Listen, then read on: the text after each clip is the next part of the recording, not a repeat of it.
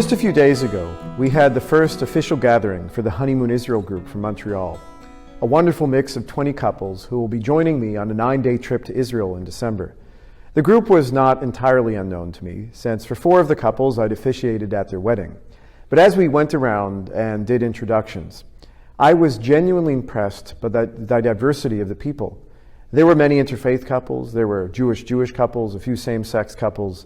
And the stated goal of HMI is to give the group, mostly newlyweds and a few soon-to-be married couples, an opportunity to explore their Jewish identity, to bring Jewish life into their homes, and of course, to grow a meaningful relationship with the land of Israel, all while leaving plenty of time for dates, good food, and maybe even a party or two. I was on the rabbi on the trip 4 years ago, and I found it to be a profoundly meaningful experience, and I saw firsthand how life-changing the trip was for the participants. As a group educator, I was excited to share with the couples my passion for Jewish life and tradition and introduce the couples to the liberal accepting Judaism, which is not as well known in the Montreal Jewish community. Yet at the same time, I was also excited to share my love for Israel with everyone. I can't wait to be there with the group this time when we drive up the hills to the walls of the old city of Jerusalem for the first time, or when they touch the bricks of the Kotel, connecting with the many generations who came before them. I want to be there with them when they walk the streets of Tel Aviv, or watch the sunset on the beach, when they visit Masada for the beautiful, if somewhat cliche experience of watching the sunrise from the mountaintop, or when we wander the blue streets of Sfat, or just revel in the history and culture that flows from every place and every moment of a trip to Israel. Now, Israel rightfully has a power to change people, and I knew that looking at these 20 smiling couples, that their lives would never be the same. But this time, as everyone settled down to their dinner that night, I knew in my gut that the beauty of this land, the pride which I had tried so hard to hold on to, was sinking fast. The news was now undeniable that a new government was being formed with Benjamin Netanyahu at the helm that would turn the land of Israel, or at least the leaders in its government, into a much more scary place. The new coalition government is being formed, as most people know, with a dark mix of the most right-wing, fascist-leaning political and ultra-Orthodox leaders, including some of the most anti-Arab, racist people, with some of the most extreme views imaginable. This is something that we had hoped seemed unfathomable in a modern democratic state. Now, put together, these men are ready and waiting to tear apart the freedom and democratic norms which are already tenuous, while in a way also doing what they can to alienate Jews living outside the land of Israel. This is, whether we like it or not, now the reality lurking in the shadows of any visit to the Holy Land. Now, yes, I am not an Israeli citizen, and I have no choice but to accept the results of the election, close as it was, as the result of what we hope was a free and fair election. But at the same time, I think that this may be the time when all those who have supported Israel, all those who love Israel, may finally have to ask, can you continue to defend this Jewish state, no matter what it does as a democratic free country, when it's on the verge of becoming something simply unfathomable to its founders? So here's what we can expect to see in the months and years ahead with this new government in power, not because of any vague predictions, but because this is what these new leaders have vowed in words and actions to move forward. Arab citizens will be turned into enemies and moved even further to the edges of society, and violence against them will be supported. LGBT rights will be weakened. Illegal settlements will be strengthened and expanded. And in religion, the Judaism of the Jewish people will be in the hands of the ultra-Orthodox, who will extend an even greater control on how everyone is allowed to live their faith and culture.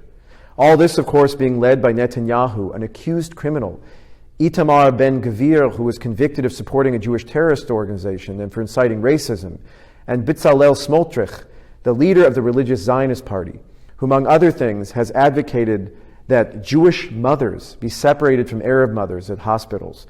And he has said with no hesitation that there is not such a thing as Jewish terrorism when confronting violent acts by Jewish extremists. Now, all of this is not Israel, but whether we like it or not, this is what Israel is going to become.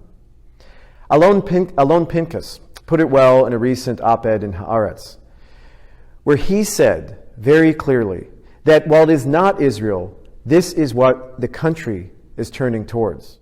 He said, Israel isn't a far-right religious country, but soon it will have a far-right religious government. Israel isn't an ethnocratic Jewish supremacist country, but soon it will have an ethnocentric government filled with racist Jewish supremacists. Israel isn't a fascist country, but soon it will have a government that smells a lot like fascism. And Israel isn't an apartheid state, but in a few weeks it will have a government that will set policies and make statements that are sure to stoke the false accusation of apartheid. So you know what? I'll tell you what's so heartbreaking about this reality.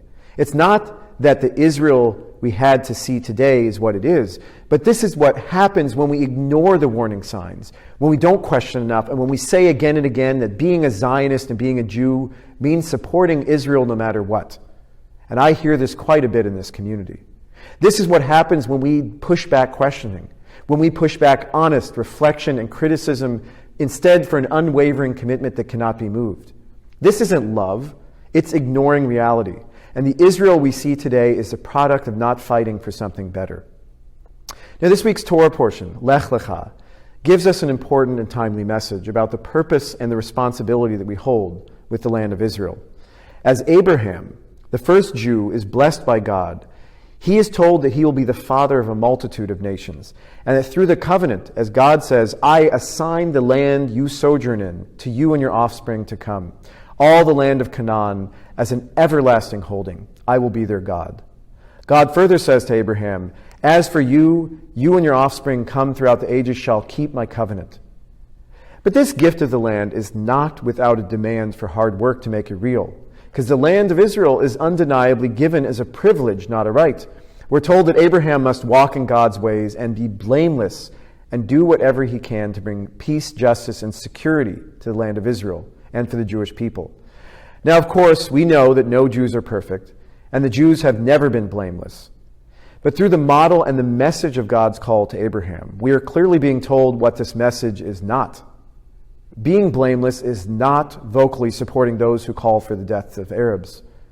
Walking in God's ways is not working to deny the rights of social justice activists, liberal Jews, LGBTQ people, and anyone who supports a just peace between Arabs and Jews. This is the new government of Israel. This is extremism.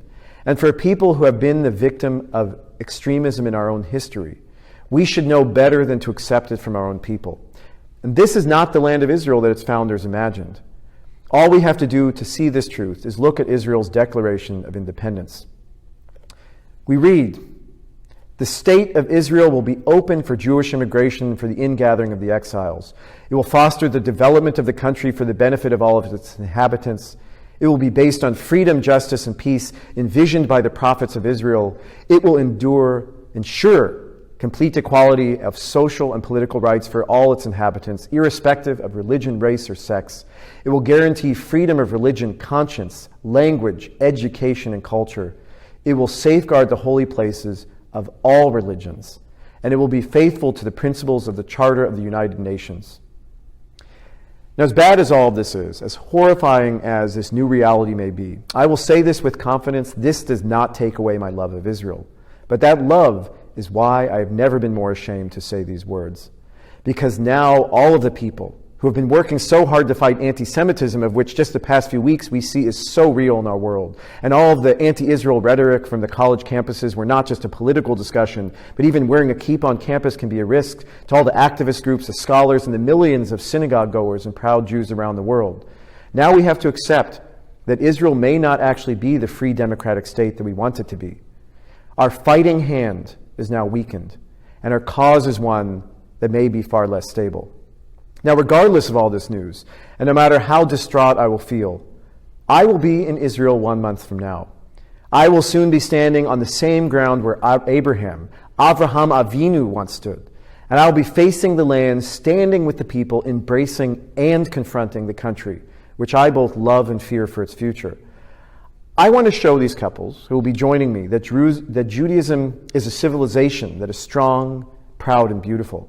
And I want to introduce them to the land of our people and our history, and also the land and peoples who share that land with us and hold their own different and yet real and honorable narratives of this place. I want above all to stand tall and with pride say that this is the land of peace, of wholeness, and of hope that we are told that God promised to Abraham so many generations ago.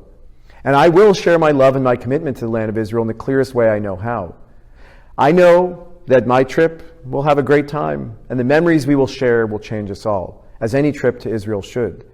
Yet this time, I also know that when that plane lands, flying over the dark blue Mediterranean Sea and makes its way to Ben Gurion Airport, I will be thinking of those words that God gave to Abraham, that we should be blameless, and walk in God's ways.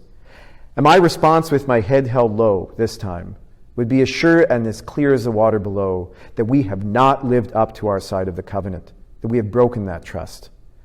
But the holy acts of covenant and commitment don't stop just because of a very earthly government of corruption and hate. It should instead only make us more resolute in our love and our fight for peace and freedom. As the Talmud tells us, the entire Torah was given on account of the ways of peace. As it is written, her ways are ways of pleasantness and her paths are of peace. If we want an Israel that is worth believing in, if our love of the people in the land is true, then we need to take up the fight now and clear that path towards peace and justice, knowing in our hearts and in our actions that we can do better.